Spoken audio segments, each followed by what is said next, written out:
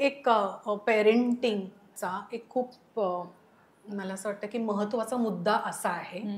आता हा माझा विचार आहे, हा इतरांचा विचार असायलाच पाहिजे असं नाही. मुलं ना त्यांना हवं तेच करणार आहेत. मग आपल्याला त्या गोष्टीची माहिती असणं जास्त गरजेचं आहे.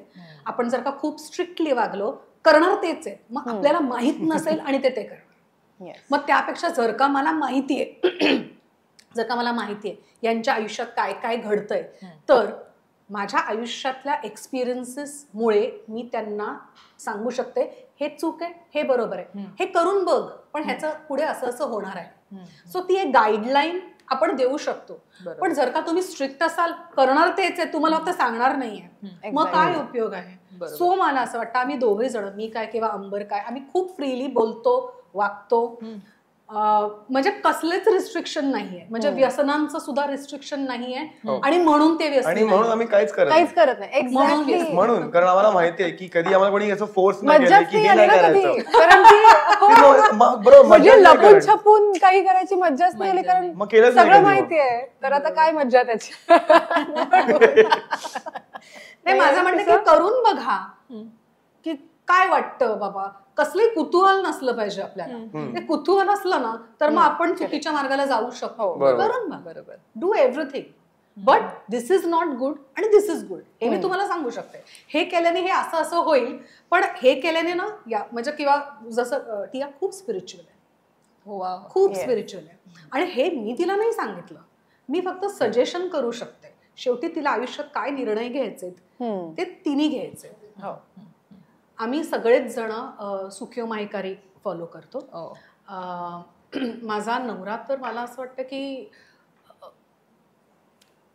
खूपच खूपच जास्ती त्यांनी देवाला वाहून दिलेलं आहे. आणि कुठल्याही बायकोला जर का दिसतंय की आपला नवरा खूप त्या देवाच्या मार्गाने जातोय, तर संसारात कुठेतरी पुढे मागे होतं. पण मला असं वाटतं की नाही, त्याला ते आवडतंय आणि मला I can see the Joy that he is doing that. तो 24 तास पण तिथे असू शकतो सेंटरला. आमचं सुखियो मायेकरचं इथेच आहे, बाजूला सेंटर आहे, आणि तो त्यांच्यासाठी खूप काम करतो, खूप जास्त काम करतो.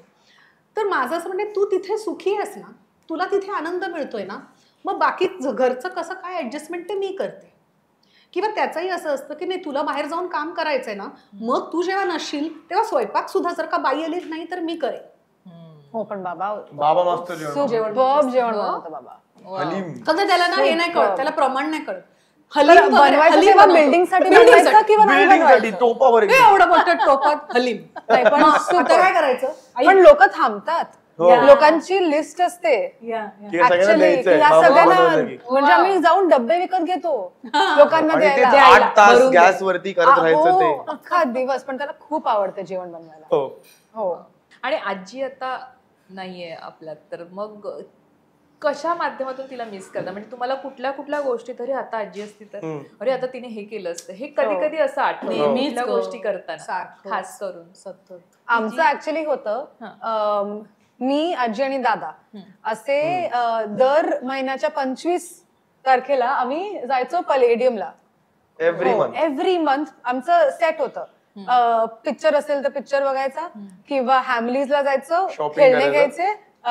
कॉपर चिमणी तेव्हा होतं, तेव्हा तिकडे डिनर करायचं आणि मग घरी यायचं. हे आमचं मिनिमम वन्स अ मंथ झालं होतं आमचं. हो, फक्त तिघांची डेट आमची. सो जेव्हा पण आम्ही पलेडियमला जातो किंवा हॅमलीजला जातो किंवा खेळणी घेतो किंवा असं काहीतरी, आम्ही अजूनही खेळणी घेतो.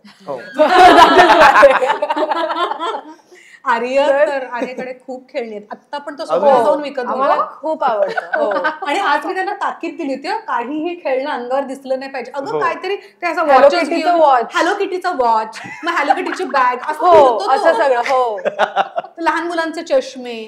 मजा माझी लाज घालवायची नाही, आज छान दिसतोय ना तो. नाही, आपण जस्ट बोललो होतो man of the house and also child पण आहे, म्हणून child of the inner child असला पाहिजे ऑफकोर्स. सो जेव्हा पण आम्ही पलेडियमला जातो किंवा हॅमलीजला जातो वगैरे, तेव्हा ऑफकोर्स आठवण येते, यु नो. आणि असं किती वेळा होतं की मला मराठी गाणी खूप आवडतात, खूप.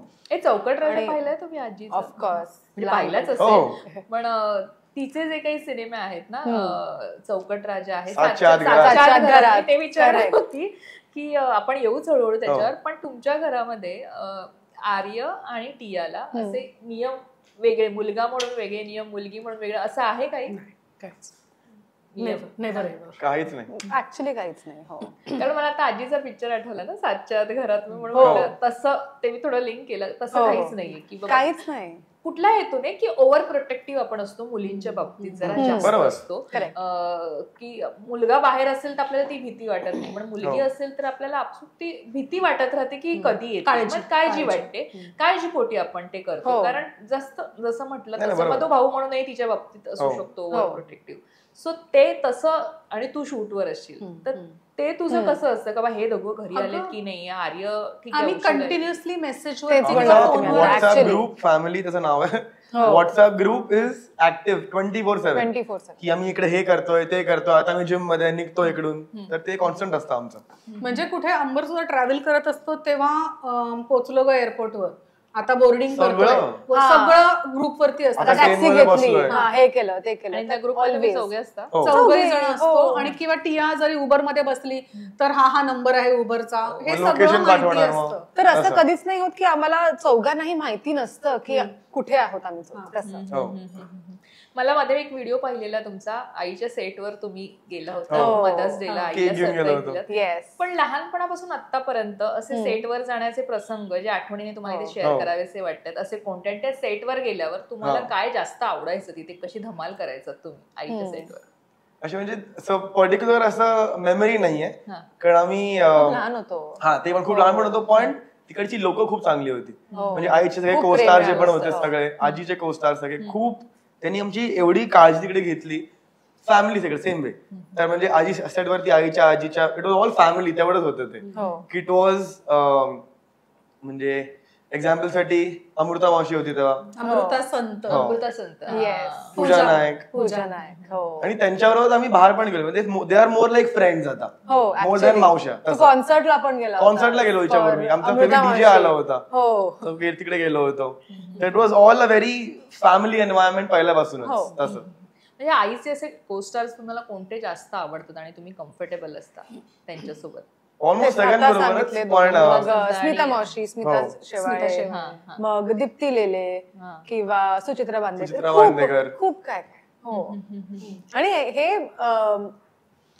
लोकांसाठी आता ऐकायला is going to be Suchitra Bandekar किंवा असे दीप्ती लेले वगैरे, पण आमच्यासाठी ती ऍक्च्युली फॅमिलीच होती. कारण आम्हाला इतकं प्रेम मिळालं त्या लोकांकडनं ऍक्च्युली. म्हणजे आम्ही एक तो अमृता मावशीचा किस्सा, मी खूप छोटी होते तेव्हा, ओके, आणि मी कपाट माझं साफ करत होते की काय कपडे ठेवायचे आणि काय नाही ठेवायचे वगैरे. अमृता छोटीशी आहे ना. हो, आणि मी तिला बोलवलं होतं की ये तू हे कपडे ट्राय करून बघ, तुला फिट होतात तर तू घे. आणि मी स्वतः नाही, ती म्हणली होती अमृता मावशी मला काही कपडे होत नाही तर ते तुला होतील, तू घेऊन जा. आणि आम्ही हे पण बघितलंय की जेवढे पण म्हणजे काही मोठे स्टार्स होते ते घरी येऊन सगळे जेवायचे, आणि आई जेवण बनवायची, आजी जेवण बनवायची, we all ate together, sat together, same तेवढंच होतं, कारण लाईक अ फॅमिली. हो, ओके. आणि म्हणजे लहानपणी तर जप्ती नावाची सिरियल केली होती मी, आय थिंक साधारण 1 वर्ष वगैरे पुण्यात शूट करत होतो आम्ही. तर तेव्हा आजी बरोबर, स्मिता आजीची सिरियल होती ती. ती सिरीज होती, ती शूट करत होतो. आणि तुझं जप्ती काही, I think it was like a tele series. Yes, correct. So तेव्हा आम्ही आजीचं, म्हणजे आजी used to love to cook.